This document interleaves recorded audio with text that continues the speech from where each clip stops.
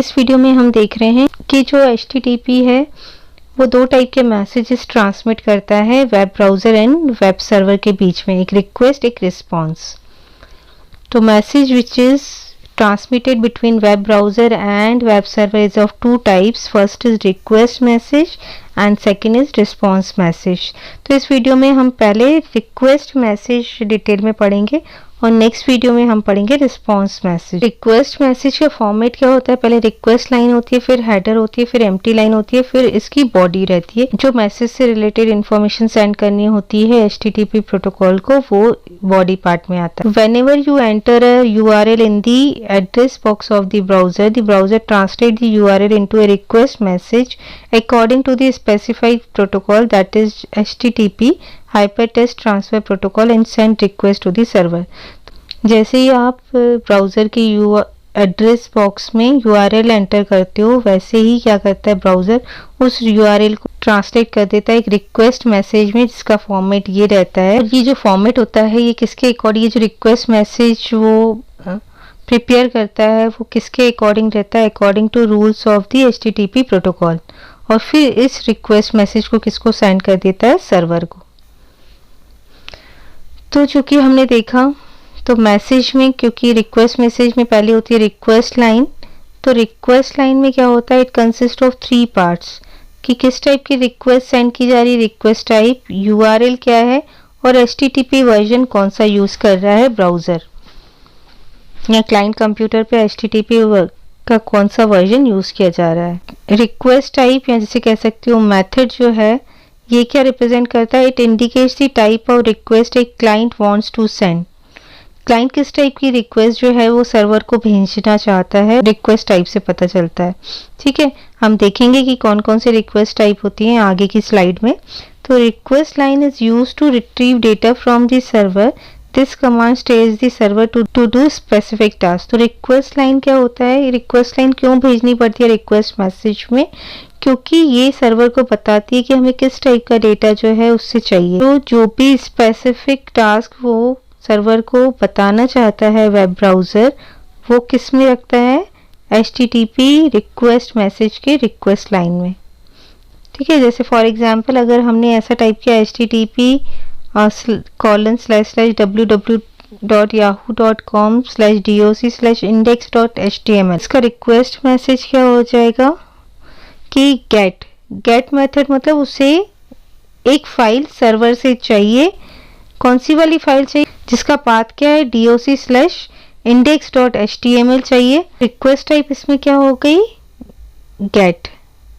ठीक है, URL क्या हो गया, ये वाला पेज उसको चाहिए, और HTTP का वर्जन कौन सा यूज हो रहा है, HTTP 1.1। तो ये क्या हो गई, रिक्वेस्ट लाइन हो गई। तो रिक्वेस्ट मैसेज में पहले क्या थी, रिक्वेस्ट लाइन, फिर क्या आता है, हेडर।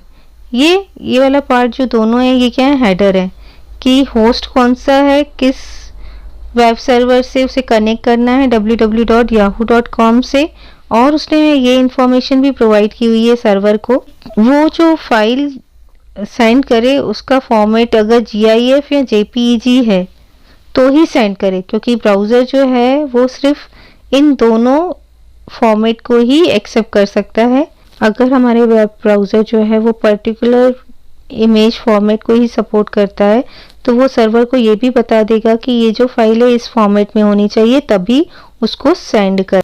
तो ये दोनों क्या है, हेडर लाइन से। तो ये हो जाएगा हमारा रिक्वेस्ट मैसेज। अब मैंने आपको बताया था कि रिक्वेस्ट लाइन में पहला क्या था, रिक्वेस्ट टाइप। रिक्वेस्ट टाइप क्या बताता है कि किस टाइप की रिक्वेस्ट जो है वो क्लाइंट सर्वर को सेंड करना चाहता है। ठीक है, तो ये जो मेथड है रिक्वेस्ट टाइप है, या कह सकते हो HTTP रिक्वेस्ट कमांड्स या मेथड जो हैं वो 7 टाइप्स के होते हैं। जैसे यहाँ पर हमने क्या यूज़ किया था, रिक्वेस्ट टाइप गेट।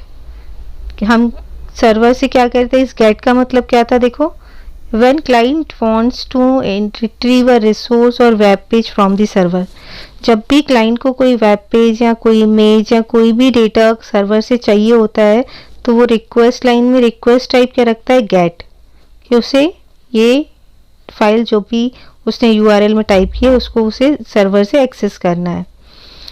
फिर इसकी जगह हेड भी हो सकता है। इस हेड का मतलब क्या होता है, request to read the header of a web page but not the content.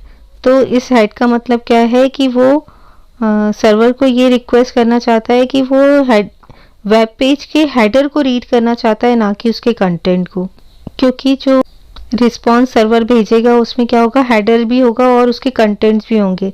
तो अगर सिर्फ वेब ब्राउज़र उसके वेब पेज के हेडर वाले पार्ट को रीड करना चाहता है तो उसको ये रिक्वेस्ट टाइप सेंड करना पड़ेगा सर्वर को। Next request type is put, request the server to store a web page. तो अगर वेब ब्राउज़र को कोई वेब पेज जो है सर्वर पे जाके सेव करवाना है तो वो क्या यूज़ करेगा, request type put. Post, similar to put but it is use for updating a web page. Web browser में हमने पोस्ट लिखा है रिक्वेस्ट टाइप में, तो जो भी आपने फाइल वेब पेज दिया है पाथ में, वेब सर्वर को उस फाइल में जाके अपडेशन करना है। जो पहले से बनी हुई फाइल है उसमें जाके अपडेशन करना है अगर पोस्ट लिखते हैं। जबकि पुट से क्या होगा, एक नया वेब पेज जाके सर्वर पर स्टोर हो जाएगा। और पोस्ट क्या कर रहा है, पहले से सेव्ड वेब पेज, पहले से जो वेब पेज सर्वर पर सेव्ड है उसमें अपडेशन के लिए वो रिक्वेस्ट करेगा, क्लाइंट रिक्वेस्ट करेगा with the help of post command. Next is delete, request to remove a web page from server. अगर ब्राउज़र को किसी वेब पेज को डिलीट करवाना है जो कि वेब सर्वर पे स्टोर्ड है तो उसे डिलीट कमांड, HTTP कमांड का यूज़ करना पड़ेगा। Next is link, it is use to create a link और links from one document to another. अगर क्लाइंट को कोई लिंक क्रिएट करना है या फिर मल्टीपल लिंक्स क्रिएट करने हैं एक डॉक्यूमेंट से दूसरी डॉक्यूमेंट के लिए, तो वो लिंक कमांड का यूज़ कर सकता है। यू लिंक से क्या होगा, it is use to remove a link और links created by the link command. तो अगर क्लाइंट ने क्या किया है, मल्टीपल वेब पेजेस को लिंक करवाया हुआ है with the help of link command और उनको अनलिंक करवाना है, तो यू लिंक कमांड उसे भेजनी पड़ेगी सर्वर को, जिससे क्या होगा, जो भी लिंक उसने क्रिएट किए हुए थे डॉक्यूमेंट्स में वो अनलिंक हो जाएंगे, रिमूव हो जाएंगे।